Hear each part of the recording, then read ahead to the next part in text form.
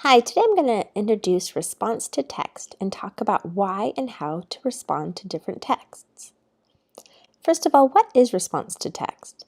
Response to text is a short answer response to a reading. For instance, if you read an article or a story and are asked an open-ended question, your written response would be a response to the text or reading.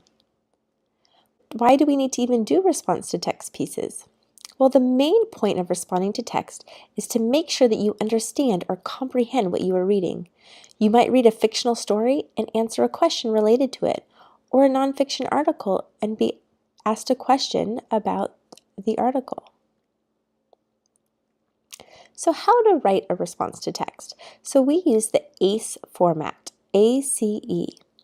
So first, the A stands for answer the question, and this is when you answer the question in your own words, and it's always a good idea to restate the question in your answer.